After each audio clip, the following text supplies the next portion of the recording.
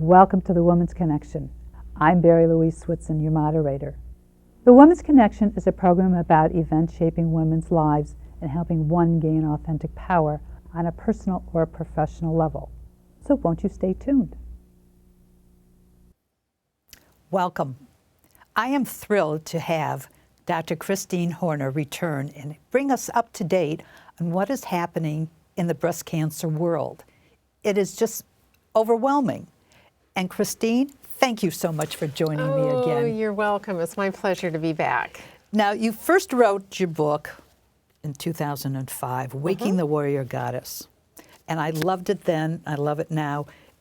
And you've expanded it by 150 pages. Awesome. Let's just talk about Angelina Jolie, who brought to the forefront breast cancer.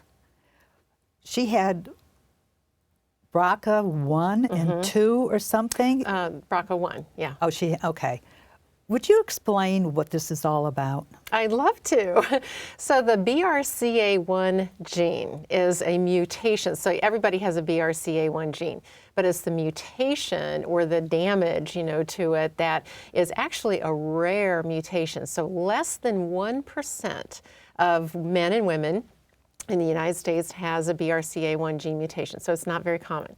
So what Angelina did is she brought awareness to it, so many people think that their risk is much higher than it actually is. But this particular genetic mutation is something that affects what's called a tumor suppression gene. So there's an abnormality in that particular gene so that it doesn't produce these proteins that help to suppress tumor growth as adequately as what a normal person would. In addition to that, the BRCA1 gene affects how our DNA is repaired. So our DNA is the blueprint for our anatomy and physiology, and it gets injured all the time from toxins and oxygen-free radicals and a variety of other sources. And we have mechanisms for repair of that DNA. But if that BRCA1 gene is not working like it should, then some of the damaged DNA does not get repaired. And the most common injury that happens is something that would then lead to cancer. So Angelina Jolie chose to have surgery, which, there's so many factors that go into a decision about what are you going to do in order to prevent yourself from getting the ovarian cancer or breast cancer, which are severely elevated if you have the BRCA1 gene. So she chose surgery, and we don't know all of her medical history, and it's very possible, and I'm sure, the decision was not easy for her and that there were many factors involved, including she watched her own mother die of ovarian cancer. And when I've worked with patients where they've watched their mothers or close relatives die of cancer, it has a huge emotional impact on them, and they wake up every day thinking, oh my God, is this the day that it's going to get me? So it can be emotionally incapacitating for some of these women. And so in those cases, sometimes surgery is the best answer because it gives them peace of mind and allows them to live their life. But it's not the only answer. So what's interesting is there's many things that women can do that can dramatically lower their risk, even if they have the BRCA1 gene. Well, then what is the BRCA2 gene? I mean, they talk about both genes. So what's that? Right. So the BRCA2 gene, yeah, it's, it's a different gene, but, it's identified as a different one. If it has a mutation, is also associated with an increased risk of breast and ovarian cancer, but it's a different kind of a gene. And so statistically what they find affects the one gene doesn't necessarily affect the other gene, and some of the treatments that they do, even Western treatments, affect the two genes differently. If you have breast cancer history in your family, do you advise people to take the test to determine whether or not they have the gene?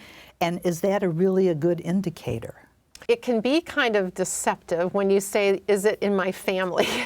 Because most oftentimes is that if it runs in a family, it's not because you have a genetic mutation, it's because you were raised eating the same foods, having the same lifestyle, and all of those things were cancer-promoting diet and lifestyles. If people who have the BRCA1 gene, the distinction is that there's a very high incidence of breast and ovarian cancer, and it occurs at a young age. So we're looking at women who are developing these diseases maybe in their 30s and their 40s, and you're seeing, every woman in the family, from aunts to, parents to sisters and so forth. So that's the difference, Well, then, so what you're saying is just because my mother had it does not mean I'm going to get it. And if my mother's and her sister had it, does not mean I'm going to have it because I didn't eat the same foods and I didn't use the same toxic detergents, etc. So, right. Yeah, and that's actually the subject of my book. So what I did was I went through the medical research and I looked at everything that had a statistically significant influence on breast cancer, either the things you need to avoid or the things you need to favor. And they're all natural, so the foods, supplements, herbs, lifestyle choices, even emotional issues have a strong influence. So these are all the things that are within our control, and actually the estimate is that 95% of breast cancers are potentially preventable through these measures alone. Well, let's start with some of the preventive measurements because Sure. I know there is a new vaccine coming out, but I'm not always into flu shots, this shot or that shot. So let's go natural, and you've brought some food here.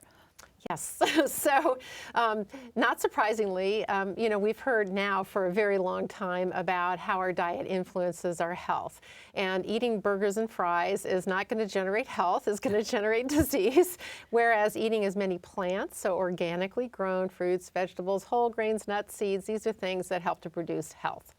So basically, plants contain plant medicines, and they act, some of them, just exactly like chemotherapy without the dangerous side effects.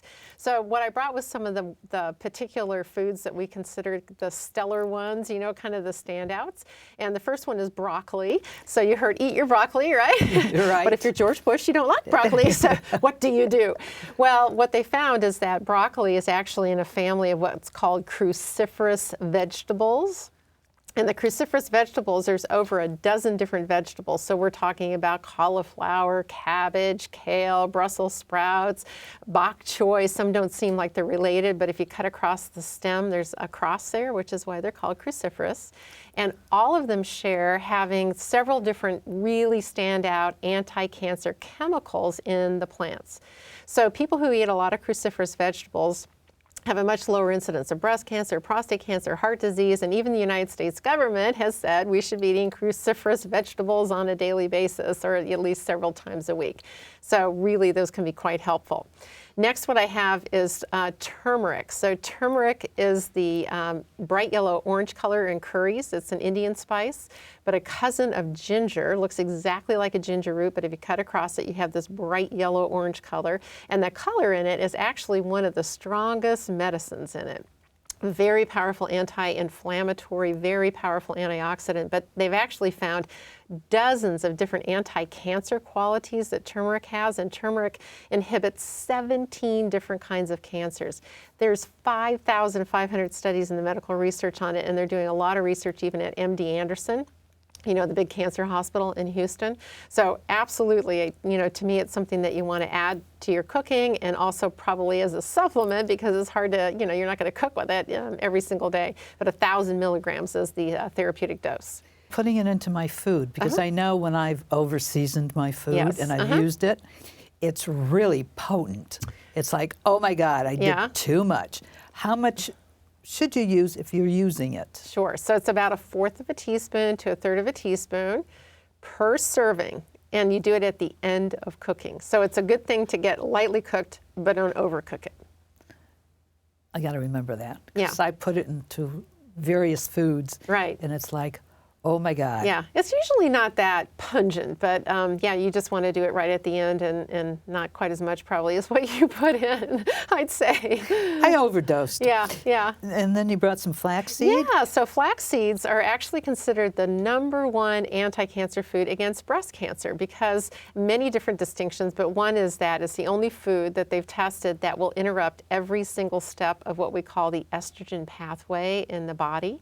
And there's been a number of studies out of the University of Toronto. Lillian Thompson is considered the world's leading researcher in flax seeds, and she gave it to breast cancer patients when they were first diagnosed, and gave it to them for about 3 weeks before they had their surgery. And every single patient, she found that the tumors shrank before they had their surgery out. So I started using this at least 10 years ago on my patients, and I had the same response where everybody, their tumors shrank, and in certain women, their tumors shrank by 2/3 in 3 weeks. So extremely powerful food.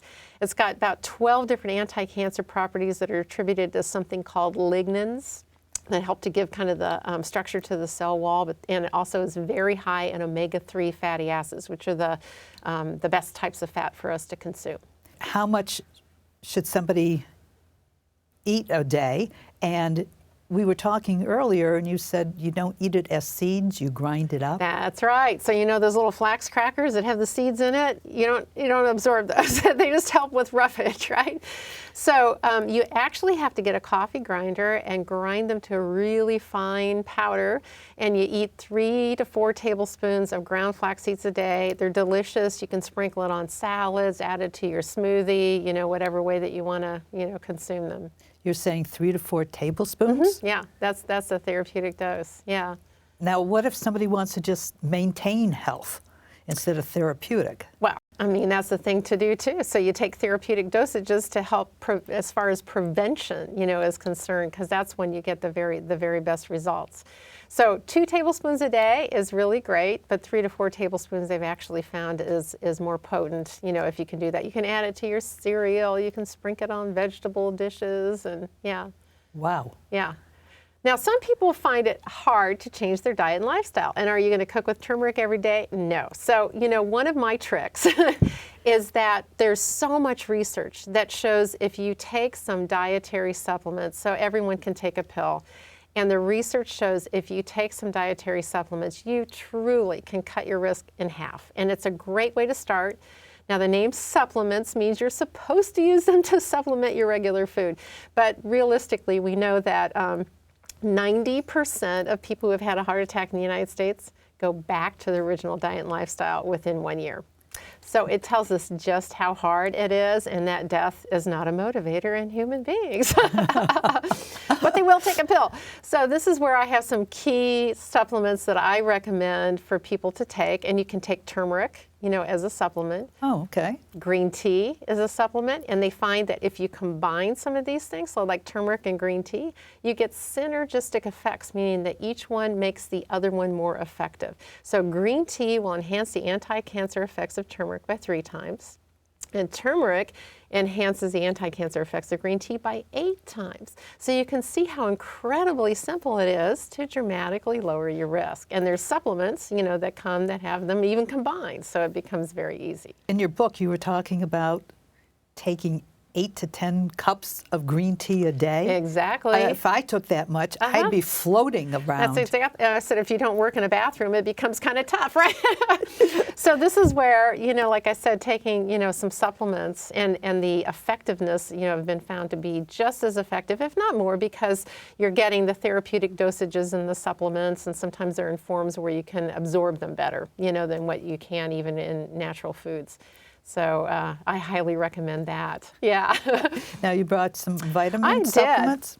So actually, these are 2 really important supplements. So one is that what we find when someone develops cancer, kind of one of the common denominators, is that usually there's a hit to your immune system before you develop the cancer. So our immune system has all these different cells in it that are going throughout our body, and there's many different types, but they're looking for foreign invaders and looking for cancer cells, and once they identify them, they send other cells in that can take care of those particular cells. So if your body's immune system gets slugged, so this can happen from stress, eating sugar, really slugs. I'm a sugarholic, okay. Uh-oh. Chocoholic, I should really say. Okay, chocolate's better. But yeah, sugar is something that really slugs the immune system, staying up too late at night, toxins, in our environment and food. So all of these things can slug our immune system, and when they do, then the cancer cells can start to grow, because we're forming them all the time, but our body takes care of them, but they can start to grow out of control, and that's, when you really come into a problem with cancer. So one of my favorite supplements I just discovered a couple years ago is called AHCC. And this is a mushroom formula. So for thousands of years in Japan and China, they've used mushrooms as a part of their formularies. And so AHCC is actually from Japan, and it is a kind of a base supplement, a generic, thing that what they do is to make it out of the roots of the several different kinds of medicinal mushrooms. And what they find is that it helps to inhibit the growth of many different kinds of cancers. They prescribe it as the number 2 prescribed complementary and alternative medicine technique in Japan. And they actually give it to cancer patients in the hospital because they found that it drastically improves survival statistics and also takes away many of the side effects of chemotherapy. So AHCC helps to keep your immune system strong. I mean, I take AHCC every day and doubled up on it, when I was going to take the plane, because it really helps to strengthen your immune system and, as I said, drops your risk of all sorts of different kinds of cancers and helps survival statistics if you do get the cancer. One particular mushroom, I think, is it shiitake or something? Yeah, this is actually a mix of various different shiitake mushrooms, the roots of them, but the way it's processed, they actually make the molecules very small, so it absorbs into our system better and is more bioavailable, is what we call it. So that's one of the reasons that I like this particular, formula. Yeah. Because I would buy shiitake mushrooms from the street, not the street vendor, the farmer's market. Right.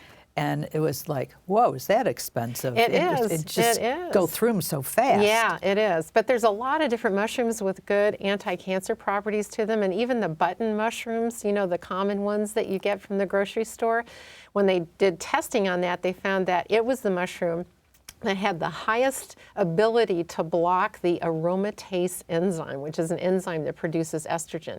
So they actually give aromatase inhibitors called Arimidex as an anti-cancer drug for postmenopausal breast cancer patients. And button mushrooms, has that same, kind of effect. So if you, it's a good thing to eat your mushrooms with your broccoli, right? Yeah. And your last thing? Is vitamin D. So, there has been an absolute explosion in research in the area of vitamin D, and they found that it works as a hormone in our body and actually interacts with hundreds of different kinds of genes.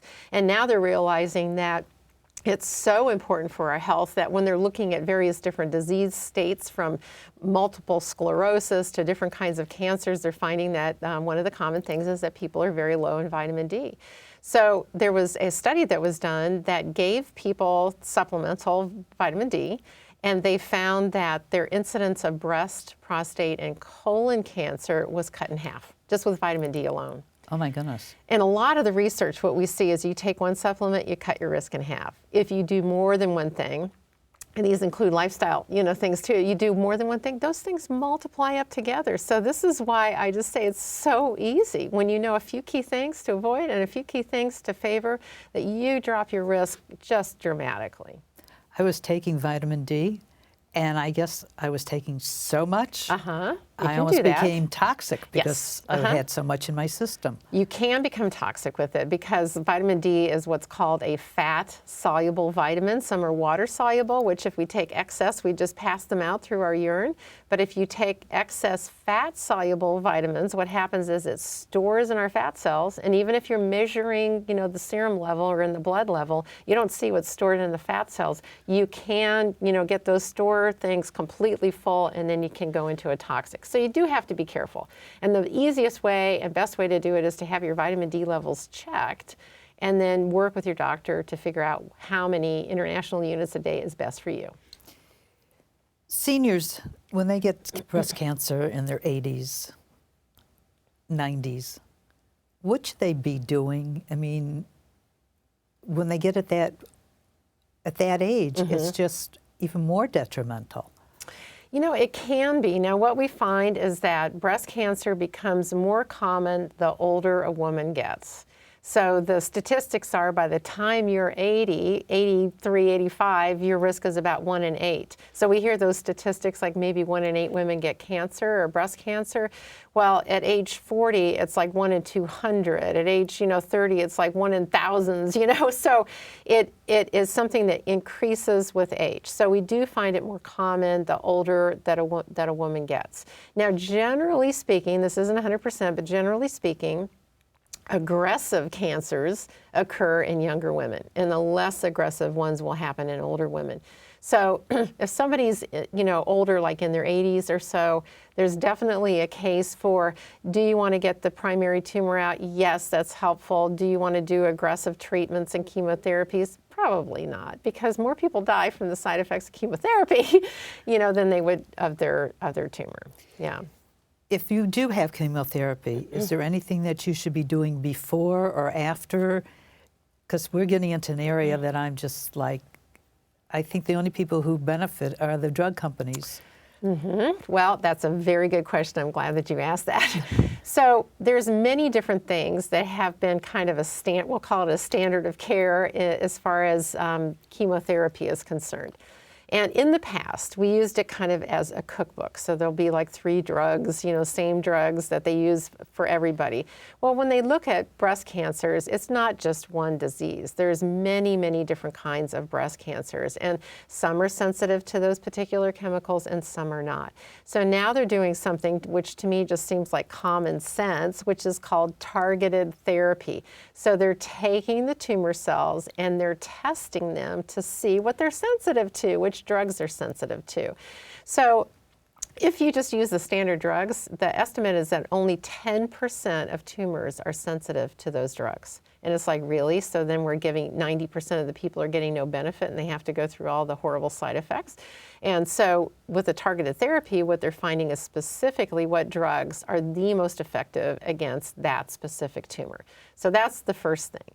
Then the next thing that we found is that if you do a combination of Western medicine with complementary and alternative medicine, so unfortunately, we're calling food, diet, complementary and alternative medicine, but some supplements, exercising, going to bed at the, before 10 o'clock and, doing some stress reduction techniques and the right foods and the right supplements, like I said, the statistics are 3 times better outcome if you're doing a combination than if you just do Western medicine alone.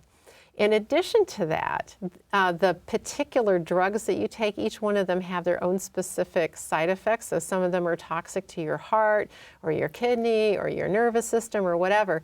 And there's all sorts of different kinds of dietary supplements that you can take that do not interfere with the effectiveness of the chemotherapy, and in many cases enhance the effectiveness of the chemotherapy and take away all the side effects. So when I work with patients, most of them going through chemotherapy have absolutely no side effects. Their blood counts stay normal, they have no nausea and vomiting, their energy levels stay normal, and they have no, cardiac problems or anything, because we have the knowledge about what are the things that you can do to help counteract. See, my thought is that a lot of doctors don't. And they say, okay, that's right. This is the standard procedure, this is what we're going to do, and too bad if you don't like it. I have no other answers because this is what was programmed to me.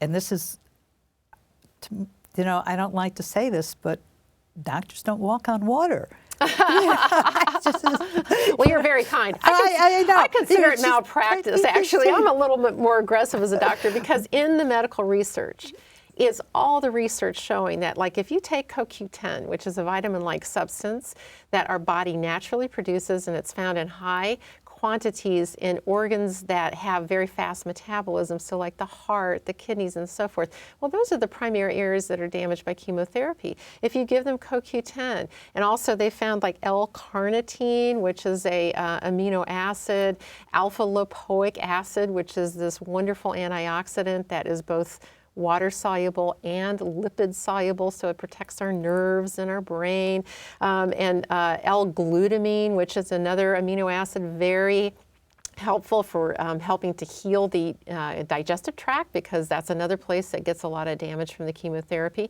All of those things will help to prevent the damage. And again, no side effects to it. Now, you're right. Most doctors are like, I'm doing whatever. Well, I think we live in such a litigious, society that what happens is that doctors are scared of getting sued, and you're in a life-threatening situation with cancers, and so they tend to just put their blinders on and do exactly what they were told to do in school and not really use their brains to look at the medical research and go, oh, wow, look at this. We can actually prevent all these terrible side effects. Yeah. Well, that's where I'm basically coming from, because it's, well, I could say, this is a whole nother area for me, because when I say I'm taking something, it's, like my doctor just kind of glazes over. And when I mention something to the doctors, when a friend was in the hospital and I said, what about this supplement or that supplement, they would not approve it. Right. They just would not. Right. But you know what? What's great is that there's a lot of doctors, we now call them integrative oncologists, because there are some doctors out there that have seen the light, and they're doing a combination. So, here in New York, Mitch Gaynor is very famous for being one of the earliest integrative oncologists. He's written a number of books, about the diet and even sound therapies, and he's doing lots of innovative stuff. And he gives, the standard chemotherapy and things like that too, with some modifications to it. But he's up on the Upper East Side. And he's been in practice for, over 20 years or so, and is really well known for that. So he would be an excellent person. Too bad I don't interview men on the show. He would be, because that is so great to know, Right. because I am just, yeah, you have to look, but they are there now. So Dr. Keith Block is in Chicago, and he's actually the editor of the Integrative Oncology Journal, very academic, and he's the one who's kept very careful statistics of his patients, showing that he has a 3 times better outcome. Good to hear. We can Yes. go natural on so many Yes. things. Yeah. Now, going on the other side, we've had the natural. There's a vaccine coming out. Tell us about that. Yeah, so this is very interesting. So just like we hear about cervical cancer that's related to what's called the HPV virus, and they've developed a vaccine against that particular virus. This has its controversies, and it doesn't affect all HPV, strains, but, they developed that in the hopes to try to eradicate cervical cancer. Well, just like that, what they found is that there's certain number of breast cancers they believe that a breast cancer virus is responsible for causing. It's by no way the same incidence of what you see with cervical cancer, where the presence of HPV is present like 98% of the time. So there actually was a study done here in New York City where they looked at specimens from women who had breast cancer and they looked for the presence of this virus.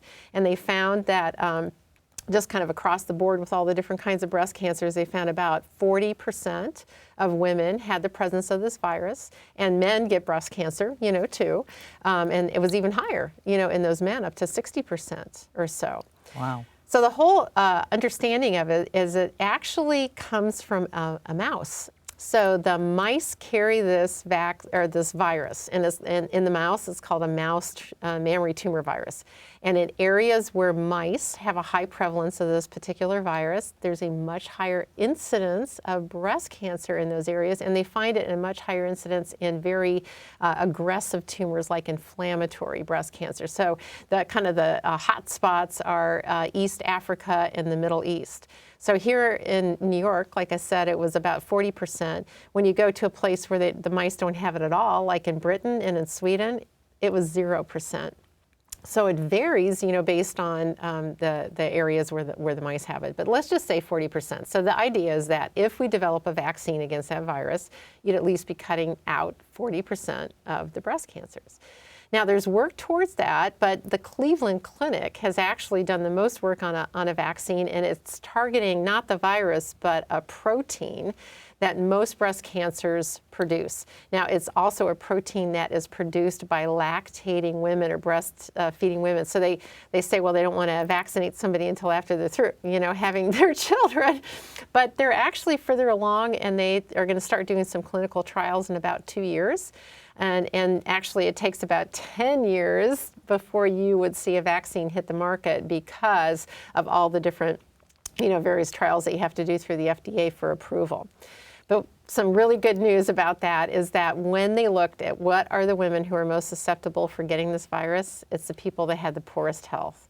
And if you do all the things I talk about in my book, which are the things that help to support your health, from eating mostly a organically plant-based diet, getting exercise, going to bed before 10 o'clock, doing an effective stress-reducing technique like meditation, and you can see all the specific foods and supplements in my book, but those are the things that keep your system strong so that you don't develop that virus in the first place. Let's go back to, you keep saying, go to sleep by 10 o'clock. I do. What if you can't? What do you do to boost it? I mean, let's say you have a job or you have neighbors, or for one reason or another, you're basically going to sleep 11, 12 o'clock at night. Right. One of the things that we have noticed is that, and this is just a fact of being a human being and how we're wired, is that if you stay up to midnight, we have all these different hormonal fluctuations that occur throughout the day and throughout the night. If you go to bed by 10 o'clock, they're optimal. If you go to bed after 10 o'clock, they're not. And if you stay up to midnight, they found that it just really affects all these different hormones in our body, including insulin and the insulin sensitivity of our cells. And so the risk of heart disease, diabetes, obesity, and cancers is almost doubled if you stay up that late, just because it's having so many effects on the body. So for instance, like our cells, they know that they have to rest. You know, they're designed to rest at night.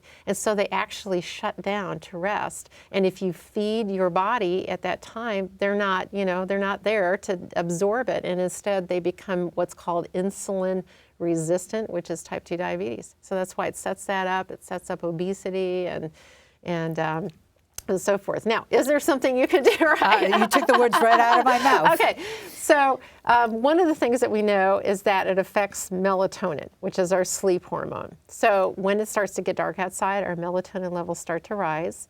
And if you go to bed by 10 o'clock, they spike to their highest level. And melatonin is not only our sleep hormone, but it also affects all sorts of different functions in our body.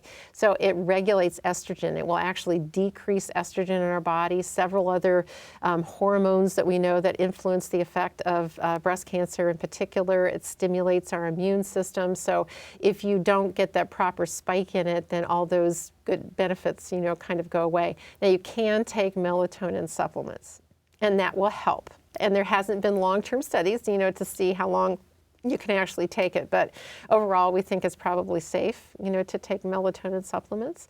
And if at all possible, you want to really try to, get to bed at that particular hour. And the recommendation is just to back up your bedtime 15 minutes every week until finally you're going to bed before 10 o'clock. Most people have a cell phone. The electromagnetic fields, how does that affect our health as far as breast cancer or any kind of a cancer? Well, that's a really great question too, because this day and age, we have all these wonderful technological instruments, which when they work, they're great, right? Right.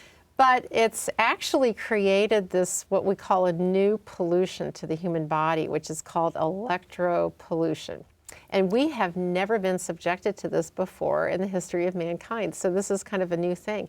And our body, this is another really interesting fact, is that when we have done research on the human body, we've primarily done research looking at the chemical aspect of it. So we're looking at biochemical and the biochemical receptors in the body. But actually 50% of the receptors in the body, so this is on the cells, on the nervous system, even on our DNA, are electrical.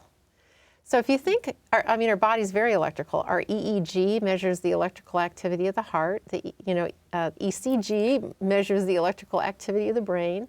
But we do have these electrical receptors everywhere in our bodies. And so they are being fired. And if you can balance those electrical receptors, you get a profound state of health. And if you're disrupting them, which you do with all the electromagnetic frequency, which is produced from everything that's wired or wireless. So we're talking cell phones, cordless phones are one of the worst offenders, even worse than cell phones, if you can believe that. Your computer, everything is generating these electrical, mechanical frequencies. And So they interfere with our body's electrical system, but we've also found that they're damaging directly to the chromosomes, the DNA in our cells. They disrupt what's called cell-to-cell communication in our bodies, and they form what's called a kind of a stress reaction or alarm reaction in our body. And we actually produce, if you do measurements to see what the stress response is in the body, you can see that it's putting our bodies into this big, high stress state, and we produce something called heat shock proteins when our bodies are stressed out, and we produce those in the presence of high EMF, particularly with cell phones or with cordless phones. So there's a document called the Bioinitiative Report, which came out a number of years ago, and they had 14 scientists and researchers from around the world that were experts in the area of EMFs and human health. And they found that people who were exposed to high levels of EMF had much higher incidence of Parkinson's disease, brain tumors, leukemia, breast cancers, all sorts of different kinds of diseases. What can you do to protect yourself? Sure. So there's a number of things that you can do. So any kind of wired or wireless device that you can actually stand away from, like your microwave, which isn't so good to cook with anyway, if you stand away from one of those appliances, the EMFs drop precipitously over the course of just a couple of feet. So that's all you need to do. But certain things like our cell phones, our computers, you clearly have to be close to them. So one of the things I recommend is using a Bluetooth, with your cell phone, because that drastically cuts down, the EMF with that. They also make certain types of devices that help to protect against the damaging effects. So one company that I researched like crazy. The best results that I saw was with a company called GIA Wellness, and they make a variety of different kinds of devices that they're not shields, because those don't work very well, but what they do is they kind of interact with your body, so your body doesn't react as strong as it normally would, and you don't get that stress response like you would. So when they look at all the various different physiological parameters that are off, due to EMFs, they're significantly improved with these various different devices, and I've got them on my website for people, Oh, great. to see, In the closing moments of the show, what would you like to leave the audience with?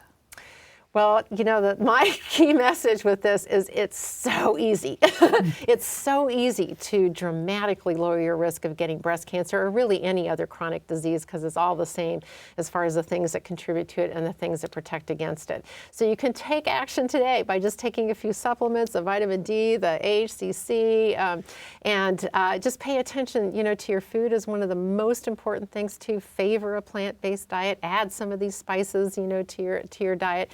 Get exercise. Even brisk walking has been shown to cause women who have breast cancer and are going through treatment and do brisk walking live twice as long. So little brisk walking, going to bed by 10 o'clock, little stress reduction. And final thing is that actually the thing that affects us more than anything else is feeling loved, being in loving, supportive relationships. So I always tell my breast cancer patients, this is a time to be ruthless. Only allow people in your life that are loving and supportive. And if you are in relationships that are toxic, bid them adieu, because it's the most impactful factor on the human health. Wow. Yes. Doctor, thank you so much. You're so welcome. This has My been pleasure. so great. I am My so glad that pleasure. we got up to date. Yes. And I hope you learned something, because I've learned a few things too, especially about the phones. And I know doctors do walk on water on occasion. Look forward to hearing from you. Please write us here at The Woman's Connection. Bye now.